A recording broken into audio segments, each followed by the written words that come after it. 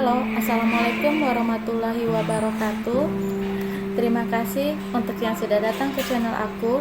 Kalau belum subscribe, tolong jangan lupa di subscribe, kemudian bunyikan lonceng, dan jangan lupa kasih like serta komentar biar aku makin semangat ya.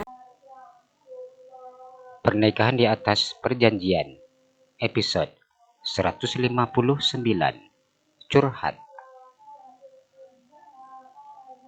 Saya diam karena belum bisa memberikan jawaban yang pasti. Jawab aja, desa Anto. Aku takut jika nanti Mas kecewa setelah menikah denganku. Mas sendiri tahu sebab kondisi aku yang sesungguhnya, kata Cahaya. Saya tidak mengerti dengan pria itu.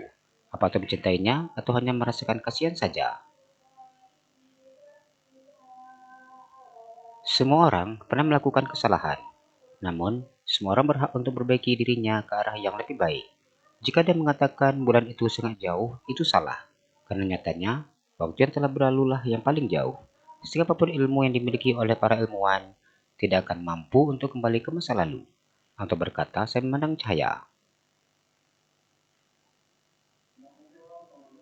Jadi, karena itu, tidak usah memandang ke belakang. Kita hadapi semua yang terjadi saat ini. Kemudian kenangan masa lalu menjadi pelajaran untuk masa yang akan datang. Saya terdiam ketika mendengar perkataan dari Anto. Mas hanya serius, kau mau menikah sama Mas atau tidak? Anto tidak akan bisa lama menunggu. Itu pun mendesak Cahaya untuk menjawab pertanyaannya.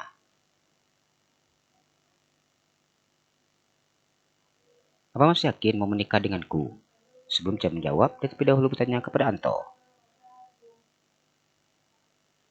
Iya, jawab Anto. Kalau begitu aku mau, kata Cahaya sudah tidak berpikir panjang lagi. Walau bagaimanapun, dia harus secepatnya menikah untuk menyembunyikan aib keluarganya. Bukan niatnya untuk menjadikan Anto tumbal, namun dia ingin memiliki suami dan ayah yang baik seperti Anto.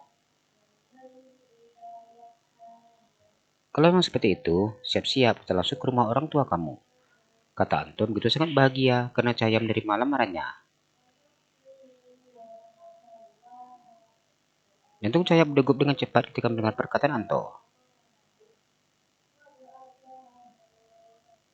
Kita nggak mungkin selamanya tinggal satu rumah. Perut kamu pun semakin lama akan semakin besar. Jika itu terjadi, maka membuat orang menghakimi kamu. Tanpa tahu apa yang terjadi, Anto mengingatkan Cahaya. Tangan kaki Cahaya gemetar ketika perkataan pria itu. Apa ini suatu lamaran? Tanya Cahaya. Kalau nggak lamaran, apa namanya? Anto tersenyum dan mengacak-acak rambut Cahaya. Cincin mana? Dan Cahaya yang untuk menyembunyikan kegugupannya. Mau cincin? Tanya Anto sambil merapikan kembali rambut calon istrinya. Romantis dikit lah mas. Masa ngelamar nggak pakai cincin? Wajah Cahaya harus merah ketika mendengar perkataan pria itu. Anto tersenyum dan mengeluarkan kotak kecil dalam saku celananya. Ini mau, kata sambil mengeluarkan cincin berlian dari kotak tersebut. Cahaya terdiam dengan mulut sedikit terbuka. Dia tidak menyangka jika Anto sudah menyiapkan cincin untuknya.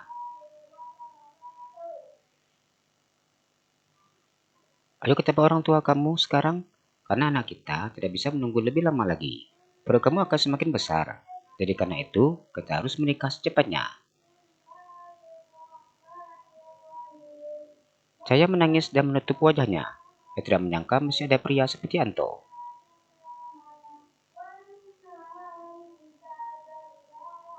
Mas beneran mau jadi suamiku? Tanya Cahaya yang seakan tidak percaya. Iya, tadi kita sudah sama lihat calon anak kita. Anto tersenyum dan mengusap perut Cahaya. Jika nanti sudah lahir, dia pasti akan sangat tampan dan menjadi anak yang soleh. Cahaya menangis ketika mendengar perkataan pria itu.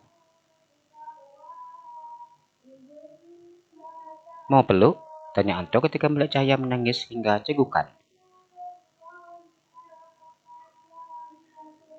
Cahaya tidak menjawab, dia saja meluk tubuh pria tersebut. Terima kasih, terima ayah dan bayi ini. Iya sayang, jawab Anto berbisik di telinga Cahaya.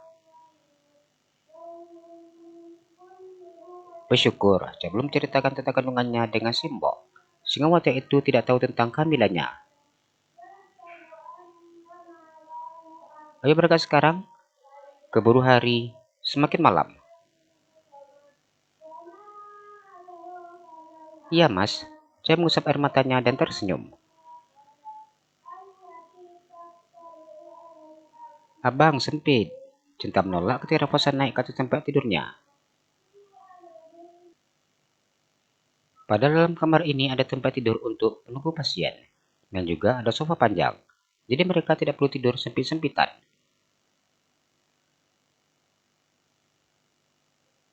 Di sini kamarnya dingin banget, dek. Kalau nggak pelukan, nggak tahan dinginnya. Rafasan mencoba untuk membujuk.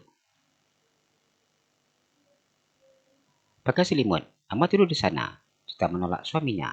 Sampai saat ini dia masih malu dan berdekatan dengan Rafasa.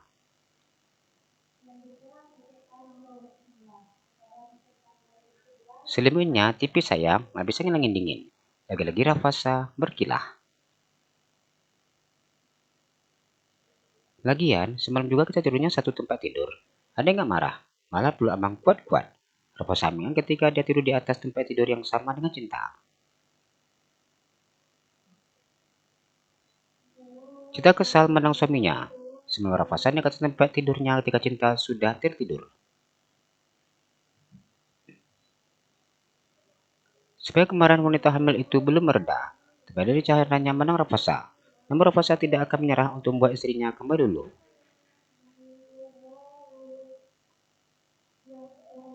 Tapi Ca sesak kalau dipeluk kayak gini. Cinta menang Rafasa. Tiba-tiba saja dia diam dan kemudian memegang bagian perutnya. Kenapa sayang? Tanya Rafasa. Anak gerak. Cinta tersenyum ketika merasakan gerak calon bayinya.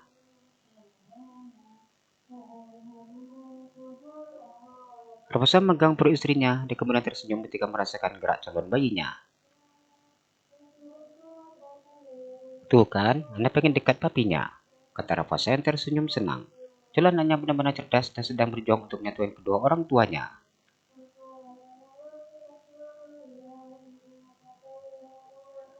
Kita sudah tidak bisa menolak karena memang selama hamil anaknya tidak pernah bergerak.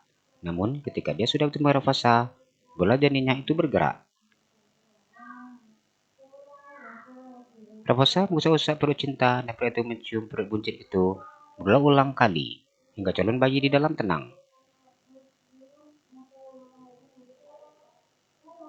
Cinta sudah tidak menolak ketika Rafasa meluknya dan milih untuk menjamkan mata karena jika menang wajah Rafasa, tentunya akan kembali berdetak dengan hebat.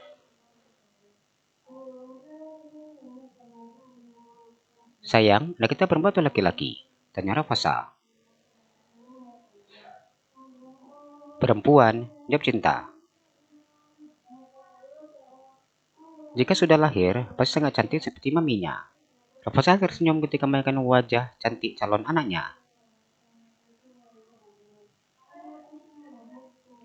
Sayang, sudah punya nama belum?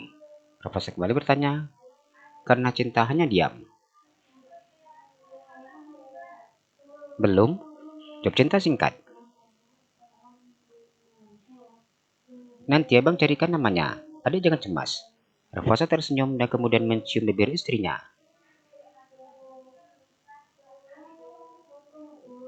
Awal Cinta menolak namun lama-lama dia justru malah membalas. Dan hal ini yang membuat Rafasa sangat senang. Pria itu baru melepaskan bibir istrinya dan Cinta sudah kesulitan bernafas. Setelah nafas Cinta sudah kembali teratur, Berikut melanjutkan pergulatan bibirnya. Jalan-jalan ke Pekanbaru, jangan lupa beli sepatu. Kalau kamu suka channel aku, please subscribe aku. Terima kasih.